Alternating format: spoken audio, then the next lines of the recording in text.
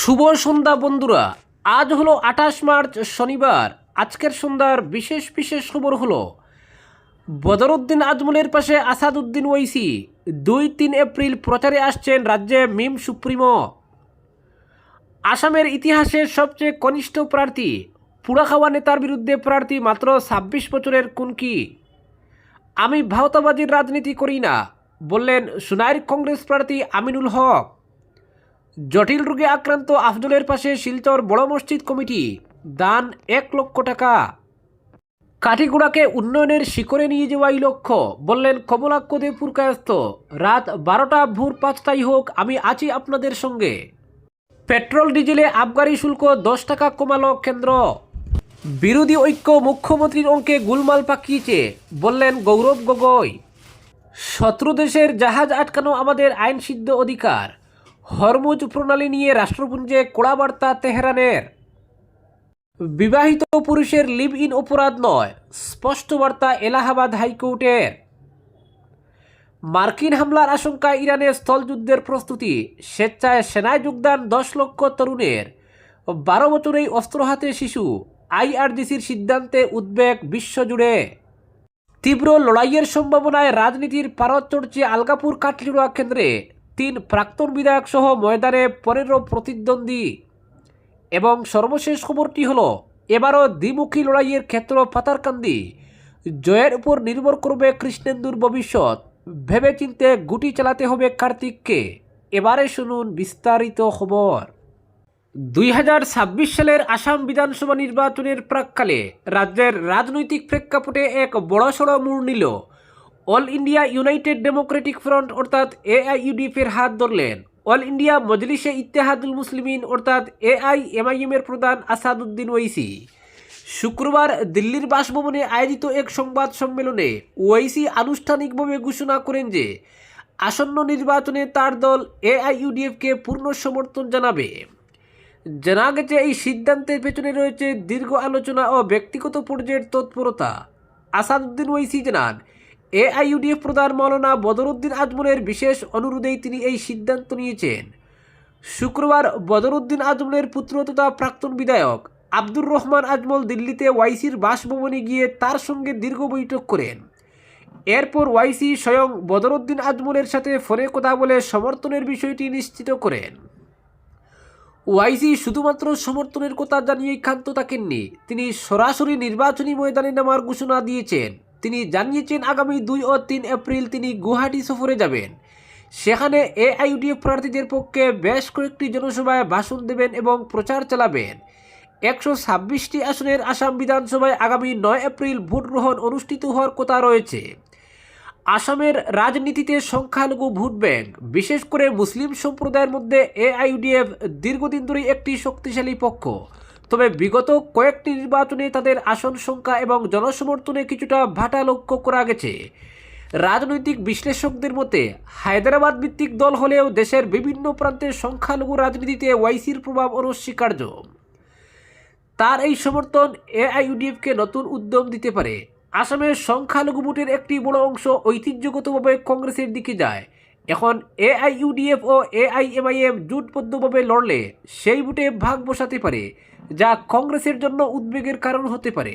একদিকে যখন বিজেপি বিরোধী মহাজোট গঠনের চেষ্টা চলছে, তখন এই নতুন সমীকরণ বিরোধী ঐক্যে ফাটল ধরাবে নাকি নতুন শক্তি যোগাবে তা নিয়ে জল্পনা তুঙ্গে। ওয়াইসির এই ঘোষণার পরপরই স্থানীয় রাজনৈতিক মহলে তোলপাড় শুরু হয়েছে। বিশেষ করে কংগ্রেসের অন্তর্মহলে নতুন করে রণকৌশল সাজানোর চিন্তা শুরু হয়েছে। তবে এটি কেবল মৌখিক সমর্থন ও নির্বাচনী প্রচারের মধ্যে সীমাবদ্ধ থাকবে নাকি পূর্ণাঙ্গ কোনো নির্বাচনী জোটের রূপ নেবে, সে বিষয়ে এখনও স্পষ্ট কিছু জানা যায়নি। পরবর্তী খবরটি হলো কাঠিগুড়াকে উন্নয়নের শিখরে নিয়ে যাওয়াই লক্ষ্য বললেন কমলাক্ষ দে পুরকায়স্থ। রাত 12টা হোক আর ভোর 5টা, আমি আপনাদের সঙ্গে আছি। আনন্দ ফুর্তি কিংবা লোহার টিন বালু সিমেন্ট সাপ্লাই করার জন্য নয়, কেন্দ্রের উন্নয়ন এবং প্রতিটি জাতি জনগোষ্ঠীর সমান্তরাল উন্নয়নের স্বার্থে নিঃশর্ত কাজ করার দায়িত্ব বহন করেই হবে আমার আগামী দিনের পথ চলা। কাটিগড়ায় নির্বাচনী প্রচারে এই মন্তব্য করেন কাটিগড়ার বিজেপি প্রার্থী কমলাক্ষ দে পুরকায়স্থ। এদিন কাটিগড়া মণ্ডলের অধীন কাতিরাইল, সিদ্ধেশ্বর, কাটিগড়া, গোবিন্দপুর সহ একাধিক জিপি এলাকার বিভিন্ন বুথ ভিত্তিক কমিটির উদ্যোগে আয়োজিত নির্বাচনী সভায় অংশ নেন কমলাক্ষ। স্বাধীনতার ৭৫ বছরে কাটিগড়ার নির্বাচিত প্রতিনিধি তথা সর্বকালের বিধায়কদের প্রতি শ্রদ্ধা রেখে ২০২৬ থেকে ২০৩১ পর্যন্ত আগামী বিধায়ক কার্যকালে ঐতিহাসিক কাজকর্ম করার প্রতিশ্রুতি দিয়ে বুটে লড়ছেন বলে আশ্বস্ত করেন কমলাক্ষ। কমলাক্ষ আরও বলেন, বাঙালি এবং বরাক উপত্যকার আলো বাতাসে বড় হওয়া কমলাক্ষকে স্থানীয় কিংবা বহিরাগতের সার্টিফিকেটের প্রয়োজন নেই। সনাতনী ভাবধারা এবং দেশের সভ্যতা সংস্কৃতি আমাদের যে শিক্ষা দিয়েছে, সেই শিক্ষার আলোকে সমভাব ও সমবিকাশের চিন্তাধারাকে প্রতিফলিত করতে কাটিগড়ার মানুষ দুহাত পুরে বিজেপিকে ভোট দেবেন বলে তার বিশ্বাস। পরবর্তী খবরটি হলো, বিরোধী ঐক্য মুখ্যমন্ত্রীর অঙ্কে গোলমাল পাকিয়েছে বললেন গৌরব গগৈ। যখনই কংগ্রেসের নেতৃত্ব বিরোধী জোট ঐক্যবদ্ধ হয়েছে, তখনই মুখ্যমন্ত্রীর সব পরিকল্পনা বেস্তে গিয়েছে। মুখ্যমন্ত্রীর সব অঙ্কে গোলমাল পাকিয়েছে বিরোধী জোট। এই মন্তব্য করেন প্রদেশ কংগ্রেস সভাপতি গৌরব গগৈ। মাহমরা শুনানি কেন্দ্রের বিভিন্ন স্থানে নির্বাচনী প্রচারে অংশ নিয়ে গগৈ বলেন, রাইজর দলের সঙ্গে শেষ মুহূর্তে মিত্রতা সম্পূর্ণ হওয়ায় মুখ্যমন্ত্রী স্তম্ভিত হয়ে পড়েন। এই মিত্রতা মুখ্যমন্ত্রীর অঙ্কে গোলমাল লাগিয়ে দিয়েছে। রাতারাতি শিবসাগরে একজন অপরাধীকে প্রার্থী হিসেবে দাঁড় করে বিজেপি, এই অভিযোগ করেছেন গগৈ। অগপতুলের প্রার্থীকে রাতের মধ্যে বিজেপিতে এনে প্রার্থী করা হয়, তেমনি বিজেপির প্রার্থীকে অগপতুলে যোগদান করিয়ে প্রার্থী করা হয়। মাহমরার বিধায়ক তথা মন্ত্রী যুগেন মোহনকে রাজ্যসভায় পাঠিয়ে সুবিধাবাদী কংগ্রেসের সংস্থাপন দেওয়া হয়। গগৈ আরও বলেন, হিমন্ত বিশ্ব শর্মা একদিকে মিয়া মুসলমানদের বিরুদ্ধে বিদ্বেষী প্রচার, অন্যদিকে ইউডিএফের বুটে রাজ্যসভা আসন দখল করছেন। এসব রাজ্যের জনগণ দেখেছেন। নির্বাচনের আগে ইউডিএফের বিধায়কদের অগপতে নিয়ে প্রার্থী করা হয়েছে, অগপতে লোক নেই। তিনি আরও বলেন, রাজ্যে বিজেপি নেই, মুখ্যমন্ত্রীর আশেপাশেও কোনো বিজেপিকে দেখা যায় না। মুখ্যমন্ত্রীর সঙ্গে যারা আছেন তারা সকলেই সুবিধাবাদী কংগ্রেসী। ফলে এবারের নির্বাচন কংগ্রেস বনাম বিজেপি নয়, মুখ্যমন্ত্রী বনাম কংগ্রেসে নয়। এবারের নির্বাচন হিমন্ত কংগ্রেস বনাম বিরোধী ঐক্যের লড়াই বলে মন্তব্য করেন গৌরব গগৈ। প্রদেশ কংগ্রেস সভাপতি আরও বলেন, মুখ্যমন্ত্রী যখনই বিপদে পড়েন তখনই আজমলকে ফোন করেন। কেন্দ্রীয় মন্ত্রী অমিত শাহ আসামে বিজেপির বিপদ দেখে ওয়াইসিদের শরণাপন্ন হয়েছেন বলে মন্তব্য করেন গৌরব গগৈ। পরবর্তী খবরটি হলো, ভোটের দিন যত এগোচ্ছে ততই নির্বাচনী চিত্র পাল্টাচ্ছে আলগাপুর কাটলিজোড়া বিধানসভা কেন্দ্রের। প্রথম দিকে এই কেন্দ্রের নির্দল প্রার্থী সুজামউদ্দিন লস্করকে প্রচার এবং জনসংযোগে অন্যদের থেকে এগিয়ে থাকতে দেখা গিয়েছিল। একেবারে শুরুর দিকে দুর্বার গতিতে এগোচ্ছিলেন নির্দল প্রার্থী সুজামউদ্দিন লস্কর, কিন্তু ভোটের তোড়জোড় বাড়ার সঙ্গে সঙ্গে চিত্র পাল্টাতে আরম্ভ করে বর্তমানে সুজামউদ্দিনের সঙ্গে পাল্লা দিয়ে এগোচ্ছেন কংগ্রেস প্রার্থী জুবাইর এনাম, নির্দল প্রার্থী নিজামুদ্দিন চৌধুরী এবং মিত্রজোটের প্রার্থী জাকির হোসেন লস্কর। এদের মধ্যে আসাম প্রদেশ যুব কংগ্রেসের সভাপতি এবং কংগ্রেস প্রার্থী জুবাইর এনাম ছাড়া অন্যান্য প্রার্থীদের মধ্যে সুজামউদ্দিন লস্কর, নিজামুদ্দিন চৌধুরী এবং জাকির হোসেন লস্কর, এরা তিনজনই হচ্ছেন এআইইউডিএফের প্রাক্তন বিধায়ক। বর্তমানে সুজামউদ্দিন লস্করের সঙ্গে সমান তালে পাল্লা দিয়ে এগোচ্ছেন অন্য দুই প্রাক্তন বিধায়ক নিজামুদ্দিন চৌধুরী এবং জাকির হোসেন লস্কর। সেই সঙ্গে ময়দানে রয়েছেন কংগ্রেস প্রার্থী এনাম। ফলে আপাতত আলগাপুর কাটলিজোড়া কেন্দ্রের ভোটারদের মন জয়ের জন্য বহুমুখী প্রতিযোগিতা চলতে দেখা যাচ্ছে। সময়ের সঙ্গে সঙ্গে এই চিত্র পাল্টাবে বলে রাজনৈতিক মহলের অভিমত। আলগাপুর কাটলিজোড়া কেন্দ্রটি মুসলিম অধ্যুষিত হওয়ায় এই কেন্দ্রের যাবতীয় লড়াই হচ্ছে সংখ্যালঘু প্রার্থীদের মধ্যে। এই কেন্দ্রে প্রায় 50,000-এর মতো হিন্দু ভোটার রয়েছেন।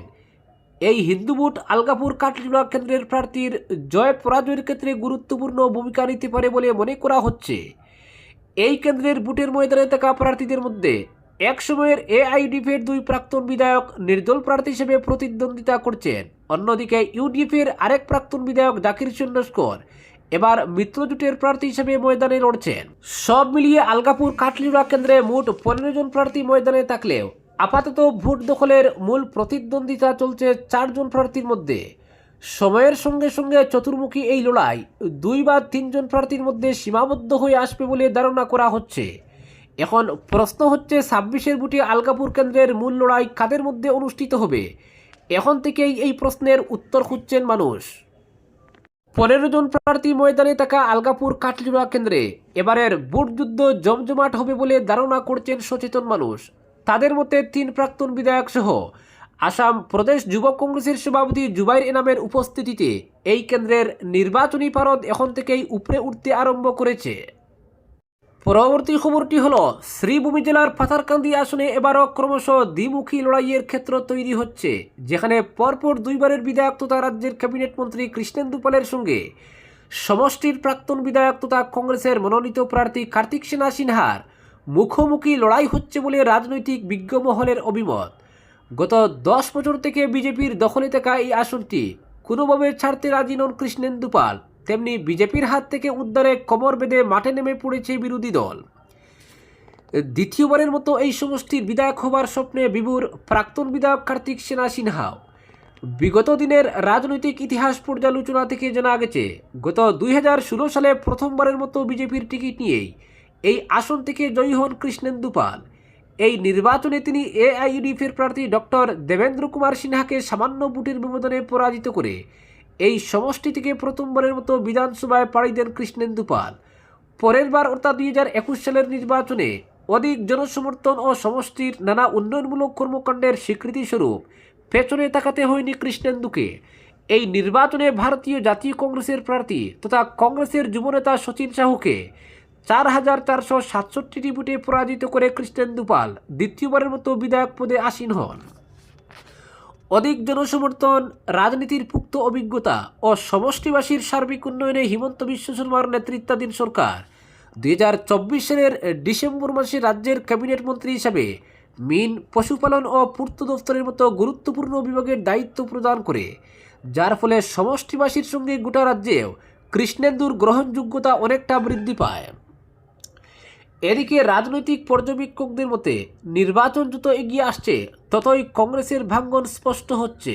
নির্বাচনের প্রাক মুহূর্তে প্রায় প্রতিদিন একের পর এক কর্মী সমর্থকের দলত্যাগ কংগ্রেসের সংগঠনকে দুর্বল করে তুলছে, যার সরাসরি প্রভাব পড়তে পারে ভোটের ফলাফলেও। সব মিলিয়ে পাথারকান্দির রাজনৈতিক সমীকরণে এই গণযোগদান নতুন মাত্রা যোগ করেছে। পরবর্তী খবরটি হল, আসামের ইতিহাসে সবচেয়ে কনিষ্ঠ প্রার্থী পুরাখাওয়া নেতার বিরুদ্ধে প্রার্থী মাত্র 26 বছরের কুনকি। এগিয়ে আসছে আসামের ভোট, তাই প্রচারে নেমেছেন আসামের সবচেয়ে কনিষ্ঠ প্রার্থী। এজেপি অর্থাৎ আসাম জাতীয় পরিষদের হয়ে প্রার্থী হিসেবে দাঁড়িয়েছেন 26 বছরের তরুণী তিনি কুনকি চৌধুরী। আসামে এবারের বিধানসভা নির্বাচনে এজেপির হয়ে টিকিট পেয়েছেন কুনকি। তিনি আসামের নির্বাচনের ইতিহাসে সবচেয়ে কনিষ্ঠ প্রার্থী এবং লড়ছেন গুয়াহাটি সেন্ট্রাল কেন্দ্র থেকে। এই কেন্দ্রটি আসামের রাজনীতিতে খুবই তাৎপর্যপূর্ণ এবং নজরকাড়া বলেই পরিচিত। প্রচারে বেরিয়ে জনসাধারণের সঙ্গে কথা বলছেন কুনকি, অনেকেই আবেগে জড়িয়ে ধরছেন তাকে, সংবাদ মাধ্যমকেও নিজের কথা বলছেন তিনি। সাধারণ মানুষ তাকে জড়িয়ে ধরছেন, স্নেহ ভালোবাসায় ভরিয়ে দিচ্ছেন। এই কেন্দ্রে কুনকির উল্টো দিকে প্রার্থী হিসেবে আছেন বিজেপির বিজয় কুমার গুপ্ত। তিনি পুরাখাওয়া রাজনীতিবিদ, জননেতা। এদিকে কুনকি এবার প্রথম নির্বাচনে টিকিট হলেন। এই কেন্দ্রের ভোটের লড়াই নজর কেড়েছে বহুজনের। একদিকে অভিজ্ঞতা, অন্যদিকে তরুণ তুর্কি। সর্বভারতীয় এক সংবাদ মাধ্যমকে কুনকি জানিয়েছেন, এই সুযোগ হঠাৎ করেই এলো আমার কাছে অপ্রত্যাশিতভাবে। যদিও এই অভিজ্ঞতা আমার কাছে একেবারেই নতুন, কিন্তু সাধারণ মানুষের জন্য কাজ করার সুযোগ যখন পেয়েছি তাহলে ছাড়ব কেন। গোটা স্কুল জীবন আসামে কাটিয়ে কুনকি পাড়ি দেন মুম্বাইয়ে। নার্সিমঞ্জি ইনস্টিটিউট অফ ম্যানেজমেন্ট থেকে লেখাপড়া করে তিনি চলে যান লন্ডনে। সেখানে স্নাতকোত্তর শেষ করেন institution of education and society, university college London থেকে। এরপর তিনি আসামে ফেরেন গত বছর। কুনকির কথায়, আমি কখনো সক্রিয় রাজনীতি করিনি, মন দিয়ে লেখাপড়া করেছি। দেশে থেকে কিংবা বিদেশে গিয়ে লেখাপড়াই করেছি। কখনো ভাবিনি রাজনীতিতে যোগ দেব। আমার পরিবারের কেউ কখনো রাজনীতি করেননি, তবে শুনেছি আমার বাবার বাড়ির দিকের কেউ পশ্চিমবঙ্গের কালিম্পংয়ে রাজনীতি করতেন। আমার এক ঠাকুরদা স্থানীয় মানুষ, বিধায়ক ছিলেন তখন, বেশ ওইটুকুই। পরবর্তী খবরটি হলো, আমি ভাওতাবাজির রাজনীতি করি না বললেন আমিনুল হক। ডিলিমিটেশনের পর প্রথম বিধানসভা নির্বাচন হচ্ছে। এবার লক্ষ্মীপুর ও উদারবন্দের কয়েকটি জিবি সুনাই বিধানসভা এলাকায় অন্তর্ভুক্ত হয়েছে। সুনাই বিধানসভা এলাকায় অন্তর্ভুক্ত গোবিন্দপুর বাঁশকান্দি, গোবিন্দপুর আলগাপুর, মণিপুর চিরিপার, শিবপুর ও সিঙ্গেরবন জিবি এলাকায় কংগ্রেস প্রার্থীর সমর্থনে ব্যাপক সাড়া পরিলক্ষিত হচ্ছে। এই 5টি জিপি নিয়ে গঠিত শিবপুর বাঁশকান্দি জেলা পরিষদ। এই জেলা পরিষদ আসনে গত গ্রাম পঞ্চায়েত নির্বাচনে বিজয় হাসিল করেছেন কংগ্রেস দলের মনোনীত জেলা পরিষদ সদস্য রুহিদা খানম লস্কর। কংগ্রেসের শক্ত ঘাঁটি এই 5টি জিপিতে মজবুত অবস্থানে রয়েছেন সোনাইয়ের কংগ্রেস প্রার্থী আমিনুল হক লস্কর। সোনাইয়ে বেশ কয়েকজন প্রার্থী থাকলেও সম্মুখ সমরে রয়েছেন কংগ্রেসের আমিনুল হক লস্কর ও শাসক দলের মিত্রজোটের প্রার্থী করিমউদ্দিন বাবুইয়ার প্রচার সভায় জনসমাগম বাড়াতে অরুণোদয় ও মহিলা উদ্যমিতা ব্যবহার করা হচ্ছে বলে অভিযোগ কংগ্রেস কর্মকর্তাদের। অন্যদিকে নড়বড়ে কংগ্রেস সংগঠন নিয়ে ভোটের প্রচার অভিযান চালিয়ে যাচ্ছেন কংগ্রেস প্রার্থী আমিনুল হক লস্কর। কংগ্রেস প্রার্থী আমিনুল পূর্ব গোবিন্দপুর, আলগাপুর, বাগেহর এলাকায় কয়েকটি প্রচার সভায় অংশ নেন। কংগ্রেস প্রার্থীর প্রচার সভায় স্বতঃস্ফূর্তভাবে অংশগ্রহণ করেন সাধারণ ভোটার। সভায় বক্তব্য রাখতে গিয়ে আমিনুল বলেন, আমি ভাওতাবাজির রাজনীতি করি না। বলেন, বিগত 5 বছরে করিমউদ্দিনের বহু ভাওতাবাজির নিদর্শন রয়েছে। তিনি বিধায়ক নির্বাচিত হলে জনগণের স্বার্থ সুরক্ষিত করতে এবং এলাকার সার্বিক উন্নয়নে গুরুত্ব আরোপ করবেন বলে প্রতিশ্রুতি দিয়ে ভোট চাইলেন। পরবর্তী খবরটি হলো, মানবিকতার উজ্জ্বল দৃষ্টান্ত স্থাপন করল বরাক উপত্যকার ঐতিহ্যবাহী শিলচর বড় মসজিদ কমিটি। জটিল ও বিরল রোগে আক্রান্ত শিলচরের তরণী রোডের বাসিন্দা আলতাফ হোসেন লস্করের শিশুপুত্র আফজল হোসেন লস্করের চিকিৎসার জন্য আর্থিক সহায়তা প্রদান করা হয়েছে। উল্লেখ্য, আফজল একটি অত্যন্ত বিরল ও জটিল রোগে আক্রান্ত, যা বিশেষজ্ঞ চিকিৎসকদের মতে লক্ষাধিক মানুষের মধ্যে খুব কম ক্ষেত্রেই দেখা যায়। এই রোগের কার্যকর চিকিৎসা বর্তমানে শুধুমাত্র মার্কিন যুক্তরাষ্ট্রেই সম্ভব, যার আনুমানিক ব্যয় প্রায় 17 কোটি টাকা, যা একটি নিম্ন আয়ের পরিবারের পক্ষে বহন করা প্রায় অসম্ভব। সন্তানের জীবন বাঁচাতে অসহায় বাবার আর্ত আবেদন ইতিমধ্যেই নাড়া দিয়েছে অসংখ্য হৃদয়কে। সামাজিক মাধ্যমে ছোট্ট আফজলের বাঁচার আকুতি ছড়িয়ে পড়তে বরাক উপত্যকা সহ দেশ বিদেশের বহু সহৃদয় মানুষ এগিয়ে এসেছেন সহায়তার হাত বাড়িয়ে দিতে। আজকের বিশেষ সংবাদ এখানেই সমাপ্ত।